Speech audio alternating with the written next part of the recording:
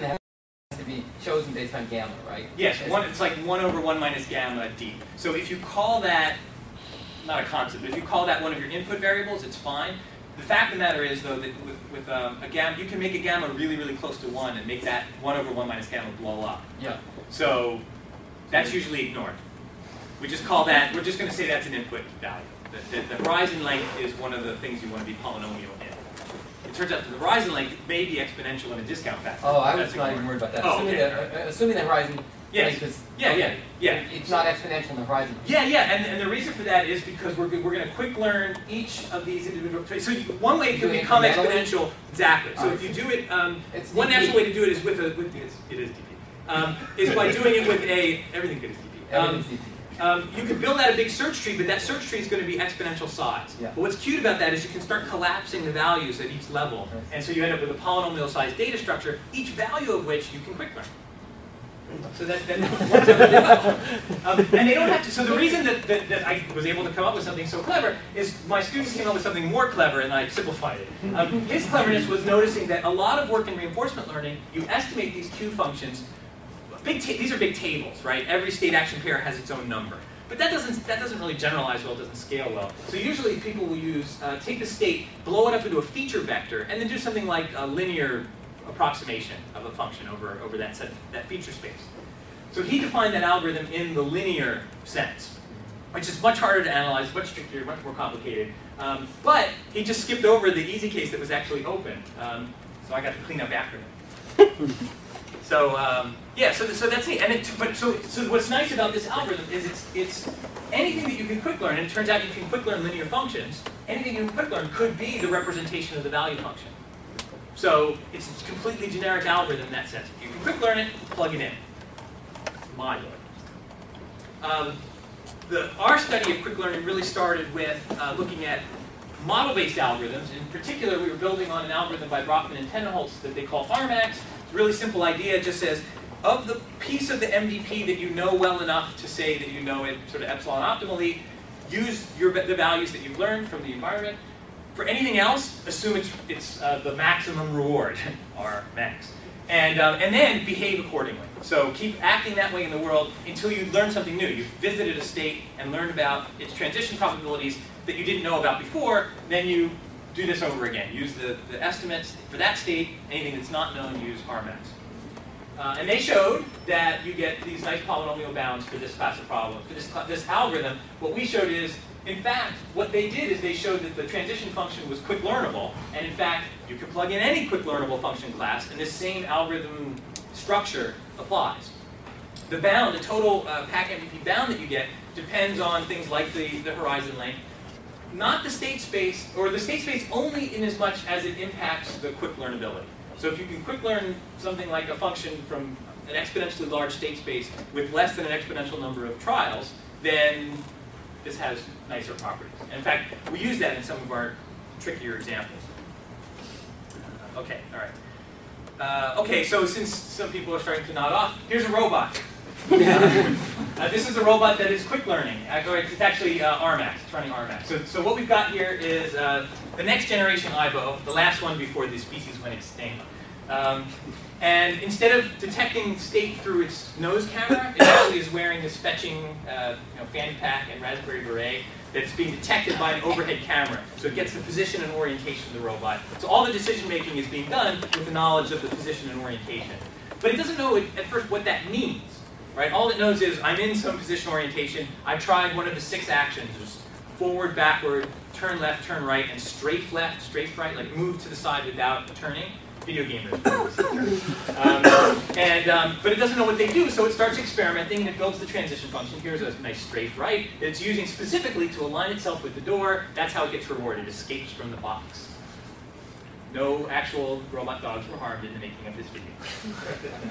The way that we did this is we learned we discretized the state space into 15 by 15 grid and 18 orientations. So sort of 4,000 some odd independent states. It was learning about each of those states, and what it was trying to learn is what do each of the actions do? What is the next state that you reach when you use that? But still, it didn't take longer than it took the batteries to run out to get out of the box. It actually was able to learn this task relatively efficiently. much more efficiently than when we used epsilon greedy type exploration, which spent a lot of time just kind of flapping around. This was really, RMAX really guides it towards the stuff that it doesn't know about yet and helps it actually get out of the box. But this example, and in fact everything I've described so far, and most of the literature on MVPs, the states are actually treated as independent entities. What you know about this state doesn't tell you anything about this other state. You have to learn them all separately. Knowledge doesn't transfer. But whenever you try to apply these ideas in any kind of realistic environment, they do generalize. You may not know exactly how they generalize, but there's often much more structure than just any state can go to any other state under any action. So really what you want is to learn about one state or some class of states and apply what you've learned to other states that maybe you haven't visited yet. So what we need are extra structure in the MVP model to capture these kinds of transition regularities. So we've actually looked at a bunch. We have quick learners for all these different kind of classes. So I'm going to step you through some of them and show how it's actually helping speed up the learning tremendously to have this additional structure. So here's one example. People who do graphical models will recognize that here what we've got is we're thinking about the environment as consisting of a bunch of state variables. So this is now a robot dog that has rotation and orientation and position. And there's also a ball in the environment. We have one of these bumble balls. Have you ever seen these? You turn them on and they go, and they have a pretty good simulation of Brownian motion. They just kind of move around. And so in this case, the dog is trying to get to a goal position without touching that bad bumble ball. All right. And so we gave it some additional knowledge. So learning this, now that position orientation example had 3 dimensions, it was already up to 4,000 states. Here we added another 2 dimensions of the position of the ball. And so now it's blown up to the point where literally keeping track of every single combination of these is not efficient. So we told it what some of the geometric structure of the environment was. We said that, in particular, when you choose a forward action, the change in position of the ball is independent of all variables. The change in the orientation of the robot is independent of all variables. But the position of the robot, the change in position of the robot depends on which way it's facing. So the only actual dependence on the state for predicting the value of these variables, these change variables, is this one depends on that.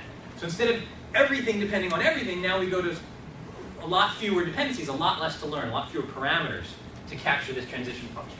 We're using our smarts about the environment, but first thing is to figure out if we even give it that information, does it help? So again, we have the dog and the bumble ball, and it's trying to avoid the bumble ball. So here's a video of that. That's not a robot dog. I apologize. That's some kind of corgi. Ah, there we go. There's our robot dog. And so it's moving around in the environment. That's the actual bumble ball. We're looking at it. It's amazing how Brownian it actually turns out to be. So the dog is trying to get to this goal position. Of course, in the beginning, it doesn't know very much. He keeps bumping into the ball and getting a penalty. But it's trying to learn. Let's see. Because this is research, right, we had to beat up on somebody. So we took the kind of the leading edge generalizing reinforcement learning algorithm called fitted Q iteration, and we ran it for 45 some odd episodes of the dog exploring, trying to get to the goal location, and it's obviously doing stupid things. In fact, it didn't. As long as we were willing to, as long as the grad student was willing to sit and watch this, it never really learned anything that looked like an approximation to the right answer. It didn't avoid the ball, and it didn't go towards the goal. Michael had a question. So the dog, or the learner, has perfect knowledge of, it knows where the ball is, and it knows... It has perfect state information, it doesn't have the transition information. Right, so again, oh sorry, that's right. So before we had these little colored dots on it, now we have new colored dots, but again, there's an above-mounted camera. What we could really use is help with vision. Right, so that... so the dog could do a lot more with the onboard cameras, but we're not experts in that. So what we did is we kind of cheated and we put a camera above. So but it has no uncertainty about the location of the ball, right? It also sees the ball. The ball, when we bought it, had different colored spikes on all the places. We unscrewed all of those and put only green spikes in, so that there was one consistent object to detect on the above camera. Which is, it's doing that in real time. It's not total, complete cheat. It really is moving around in the environment and doing this stuff, but it was really annoying to have the use this camera because sometimes it would get up close to a wall or something like that. It would just see white. Like, it doesn't know where it is anymore. So this made it easier for us to deal with. All right, so MPA is our algorithm that's actually using that structured information that I just showed you, and you can see it's just 13 trials so far, and it's already doing some very sensible things. It's remember the goal location's down there. It's heading over to the goal. Let me take you to episode 15.